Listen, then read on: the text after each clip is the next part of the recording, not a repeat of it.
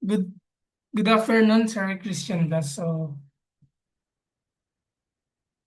Um, the topic for today is plastic is a packaging material. So, what are plastics?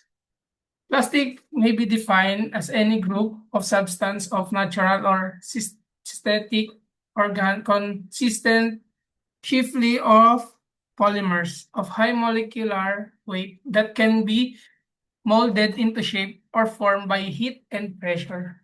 They usually consist of large molecules of organic materials which are based on certain building blocks. Molecules undergo a process known as polymerization. A plastic or long chain polymer is produced. Other materials such as accelerator, initiators, solvent, and catalyst can be added during polymerization to improve the characteristics.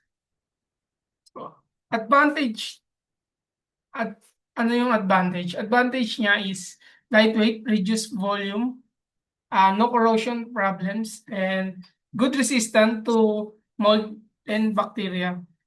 Generally insert chemical, but we wary of solvent usually have good impact strength, difficult to break if breakage occurs. Fragments tend to be less hazardous than glass. Wide design and decorative possibilities. Disadvantage: no plastic is totally impermeable to moisture gases. Most plastic permit some passage of light, even highly fermented plastic and those with UV absorber are likely to let certain wavelength through. Many are difficult clean to are liable to attract dust and dirt under unfavorable condition. Maybe maybe maybe permeable to or subject to attack by organic substance, particularly solvents. Subject to absorption according to formulation ingredient. Lightweight and thin wall section may be require specific production line handling. Fully effective closed system are sometimes difficult to achieve. Certain design may show paneling or cavitation.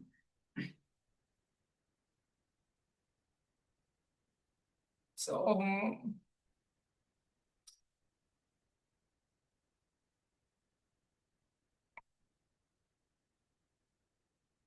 types of plastic. Thermoplastic polymers. These are heat softening materials which can be repeatedly made mobile and then reset solid state by cooling. Under condition of fabrication, they can be molded by temperature and pressure. Polyethylene, PVC, polystyrene, polypropylene, nylon, and polyester.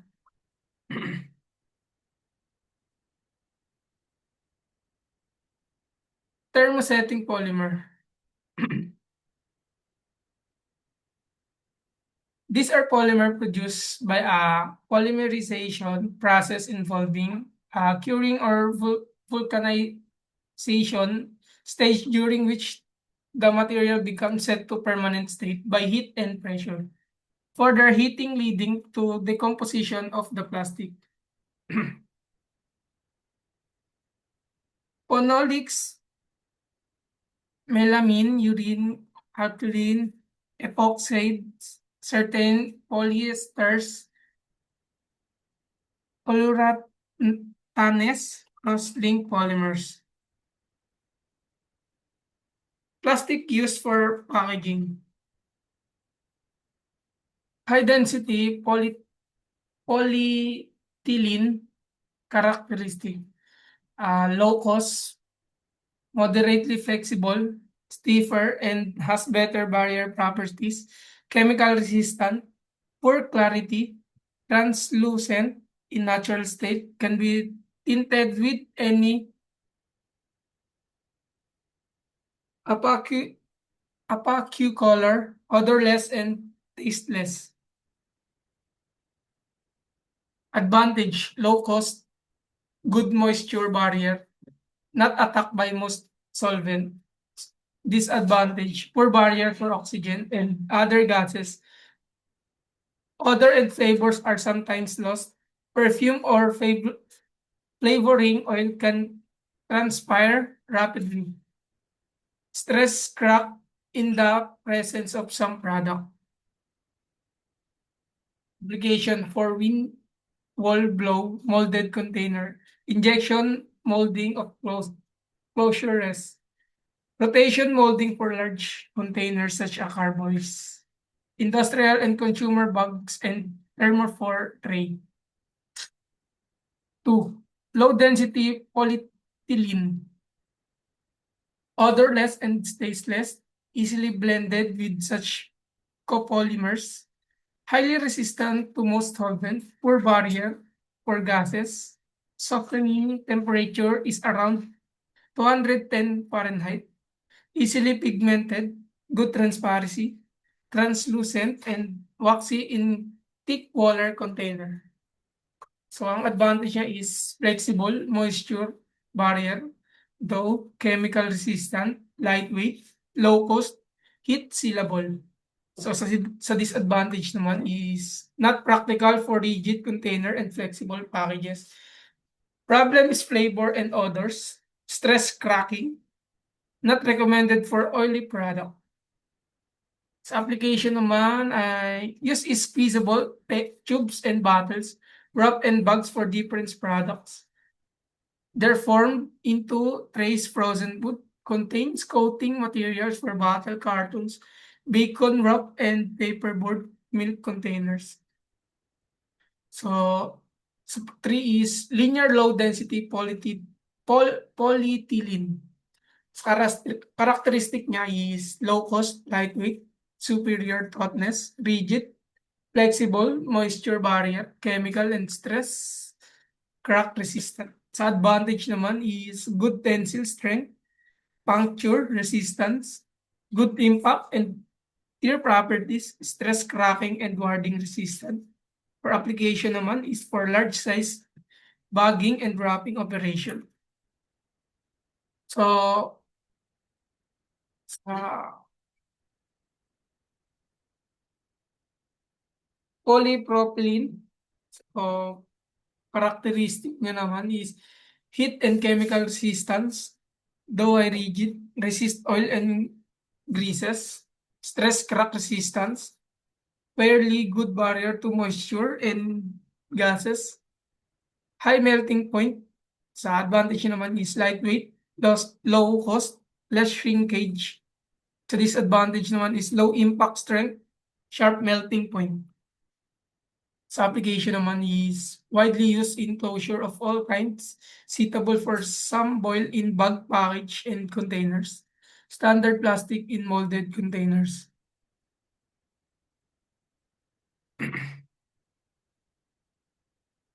Five is polyvinyl chloride. So characteristic niya is crystal clear, low in impact strength, true and good puncture resistance, good barrier properties, retain odors and flavor using. Advantage, relatively inexpensive, thought clear. So disadvantage, corrosive when overheated, yellows when exposed to heat or UV light, scratches easily seen. Application, blister packaging for pharmaceutical and capsules, garment, box, and pallet, load wrapping application. Nylon, characteristic na nylon is structural strong, relative low moisture absorption, good dimension stability, heat sealability. Sa disadvantage naman, sa advantage naman is clear, good barrier properties to gases, excellent stability at both high and low temperature. So disadvantage naman can be oxidized, causing nylon to lose strength. sa application is co-extracted with polyolefins to enhance packaging properties, coating on paper boards, paper and foils, extrusion blow molded containers for hard to hold mechanicals, polyester, polyester. Characteristic niya is excel in strength, toughness, and charity, resistant to weak acid-based bases and most solvents. Not good barrier for gases. Sa advantage niya naman is fairly stiff material, excellent transparency, excellent heat low, temperature and water resistant, excellent oil, chemical, and solvent resistance, excellent barrier to aroma and flavor. For disadvantage, poor seal property and high cost. Poly Polystyrene characteristic is crystal clear and very hard, brittle and rigid. Low melting point of 190 Fahrenheit. Or impact strength, not good barrier for moisture or gases, odorless and tasteless. Sa advantage naman is clear and lightweight, low in cost, easily molded, therefore, and extra form feel. Accept printing, metallizing, and hose stamping. For disadvantage is slight tendency to shrink, discolor is in strong sunlight, can craze and become cloudy, build up static change easily. Application is bottles for pharmaceutical tables and capsule in molding. Number 9 is polycarbonate.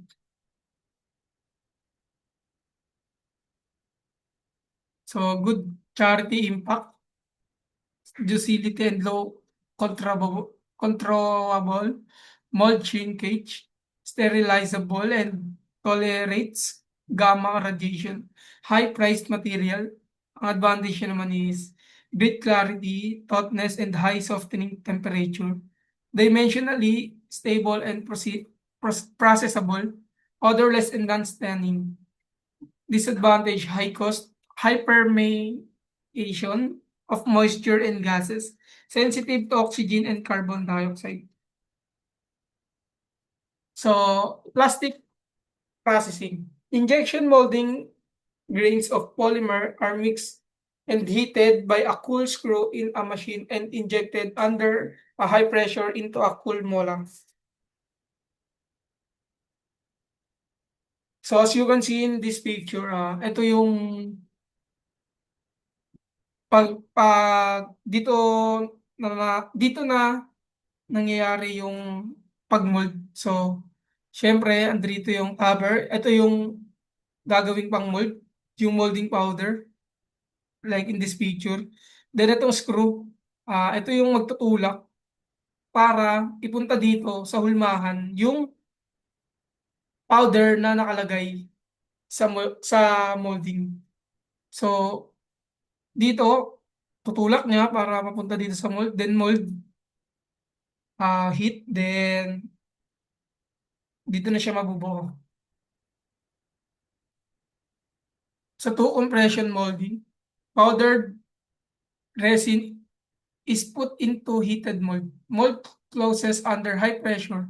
Plastic cures in a minute, then molds open. So, as you can see in this picture, etong gravity, ito yung pang mold din na sa ilalim siya.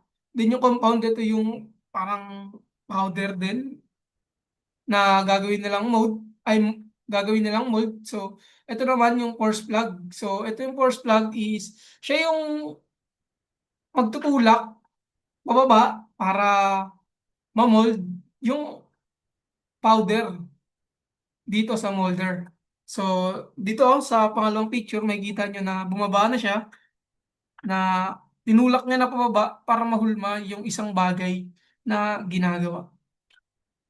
Then, after that, tapos ma-mold, aangat lang ulit, then, ayun, mamamold na siya. Rotational molding, also called rotomolding or rotational casting produces seamless hollow parts of uniform thickness and without the internal stresses that can be created during conventional molding or thermoforming. So, as you can see ulit in this picture, ito yung rotational molding process. Yan. So, ito yung una, yung part na plastic adhesion, yung molding, ito. So, maglalagay ulit ng mold, yan, ng mga powder, dito ilalagay, and then, tatakpan, tapos iikot siya. Tapos, dito naman sa pangalawa, process sa heating station, dito na yung mangyayari yung mold na tinatawag. Kasi, iinitan siya then sa pressure. Then after that, pagtapos na dito sa heating station, heating process, iikot naman siya papunta dito sa cooling station. So, pinapahupa niya na lang yung init para pinapahupa niya na yung init dahil sa pag-mold is mainit yon. So, para para pagtapos na yung mold is isi-separate na. So, sa cooling station.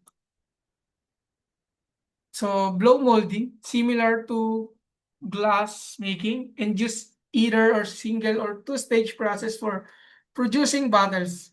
Extrusion blow molding continuously extruded tube of softener polymer trapped between two halves of mold and inflated by compressed air to the shape of mold.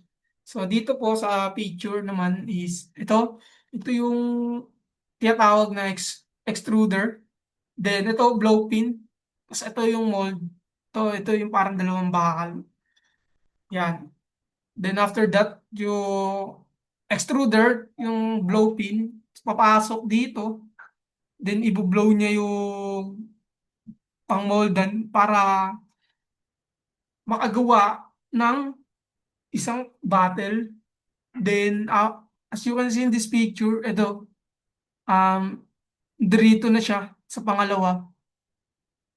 So, na-blow niya na. Then, after that, makikita mo sa pangatlo, um, nabuo na siya after ma-blow. Then, isisip, then ilalagay na sa tabi yung mga tapos ng i-mold.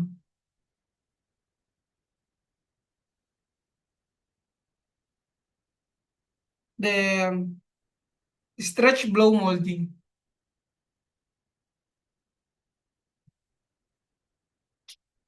Stretch blow molding, preform is injection or extrusion reheated to produce biaxial orientation of the molecules and finally stretch blow.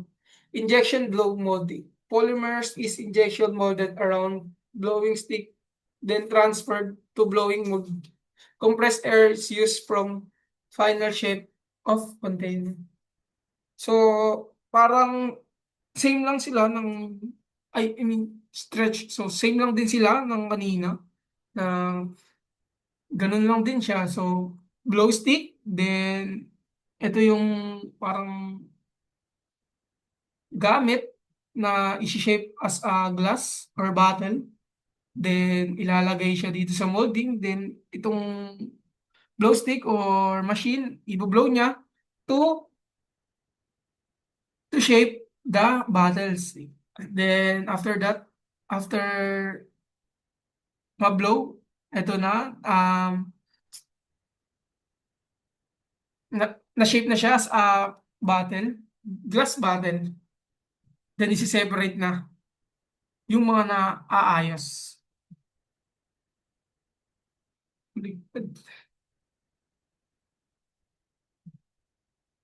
Diba? Thermoforming. Film is softened over a mold and vacuum or pressure is applied. So dito naman na iba yung process na paggawa. So ito yung heater. So may dalawang clamp, then ibang mold naman 'to. So, ito yung heater, then yung clamp niya, then iba-vacuum para ma-mold yung isang bagay na ginagawa nila or yung isang material.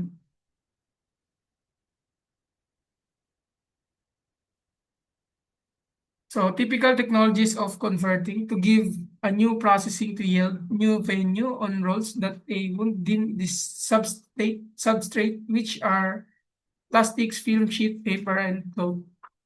Coating, then membrane that is coated liquid or film sheet. Process of applying one or more layers of polymer, lattices, or polymer melt to the surface of substrate.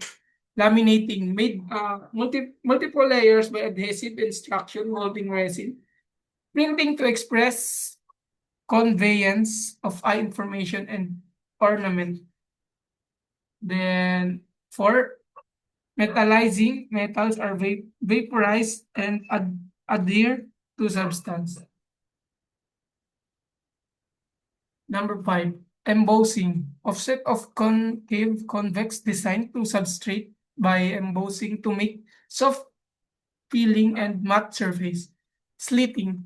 Film sheet is continuously slit constant position with of the product for secondary processing.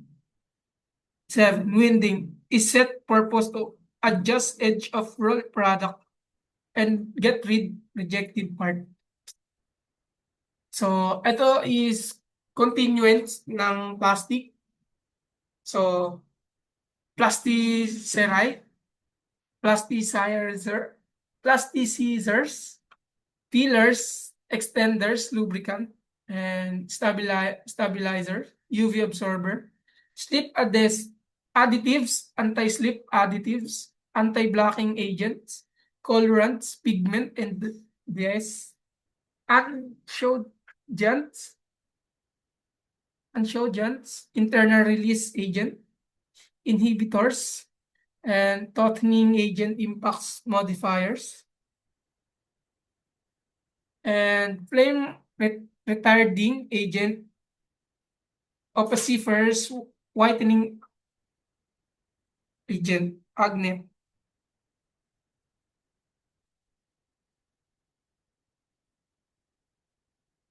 So, plasticizers. Plasticizers are improve the flow properties of material, increases softness and flexibility. They are found mainly in polyvinyl chloride and the celluloses. The most common PVC plastic are state esters, sebacate, adip esters, polymeric plasticizers, fillers. Filler is an insert solid substance. Carbon black chalk or calcium carbonate, China clay, silical, magnesium carbonate. The maximum limit of filler is up to 1:1 ratio, which is the binding. Toughening agent impact of modifiers. A few plastic which tend to be naturally brittle require improved into both their drop impact strength and their loading strength. In the case of polystyrene, rubber is widely used as an impact modifier. Rigid PVC, when used container, may suffer weakness when subjected of 3 to 4 feet drop test. Hence 15% of methyl met, methacrylate, butadiene, cityrene, copolymers is added to improve impact strength.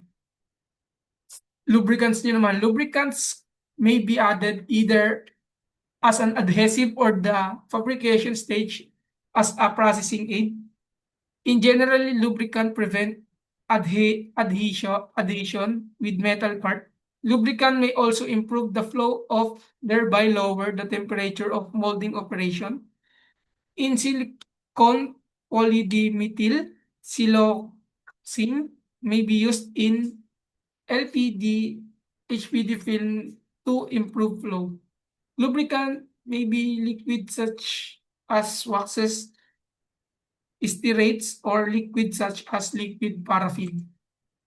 Sa stabilizers naman is, stabilizers increase the stability of plastic either during or or during the molded life of the material. Stabilizers are frequently used to combat to combine of heat, F heat, highlight. UV absorber may be used for two reasons.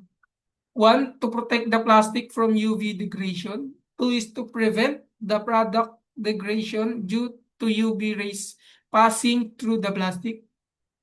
And chemical UV absorber may be based on substitute phenols or benzopenones. Iron oxide, carbon are also used. Sleep additives. Sleep additives are widely used for films either made or as on relatively high-speed equipment where any non-sleep or properties might be detrimental to output. The most used sleep additives are oleamide, stramide. Since they operate off the film surface, they can be physically removed by embarrassment. Anti-slip additives. They were primarily developed to provide good bonding for pallet side loads of plastic sacks bag. Without the additive, plastic sacks would tend to the stack. Slide off when the pallet is moved or jerked. Anti-blockage agent. Both real wood sheet track materials may be difficult to separate due to blocking. They may be caused by smoothness or two surface giving surface addition. It can be prevented by incorporation of finely divided silica or diatomacous earth. Antiodidants used to prevent additive degradation of certain plastic polymers may be subject to various forms oxidative attack during all stages of their life cycle. Colorants, GSI pigment are used. So extenders, there's are some what similar to fillers. They are used to lower substitute for plastic. Internal release agent. This agent is someone particular lubricant is that they provide release particular from metal mold, zinc, calcium, magnesium stearate inhibitors used to prevent microbial growth. So, ito yung picture, yung example ng ano,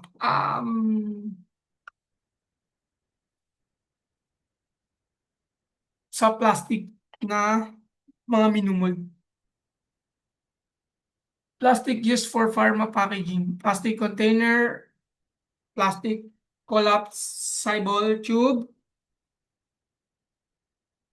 and plastic closures, blister material, plastic pouch. So plastic containers advantage, easily formed, freedom of design, extreme resistant to breakage, lightweight. So itong sample is, ito yung parang karaniwang makikita natin ngayon. Mga bottles, like example of mga gamit ng mga tao, usually sa mga face, yung mga bottle na ginagamit nila is mabilis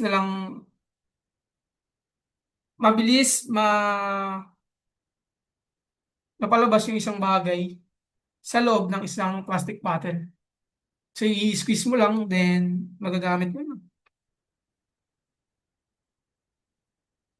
So, ito naman is plastic collapsible tubes. Advantage, low in cost, light in weight, durable, flexible, pleasant to touch, unbreakable, leak proof, odorless, insert to most chemicals, able to retain their shape, through throughout their use. Unique suckback feature. Disadvantage niya is permeation of gases. So ito, natural na ito makikita natin dito.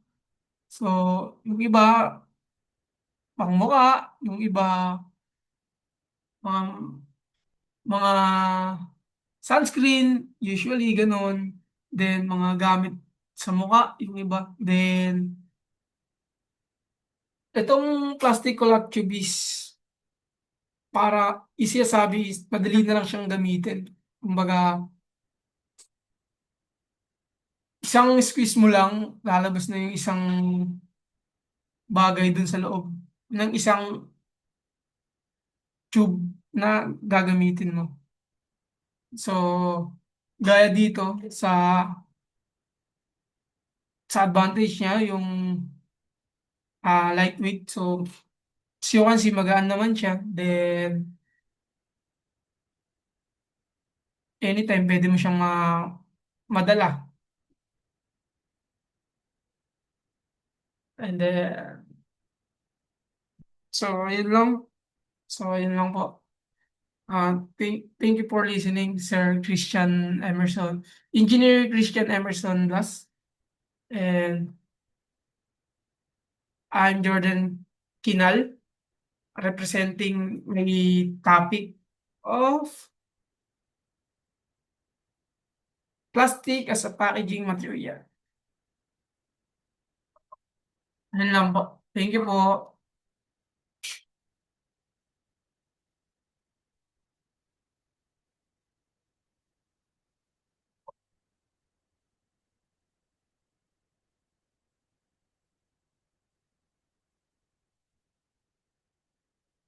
Oh, nawala na eh. Nasa Zoom.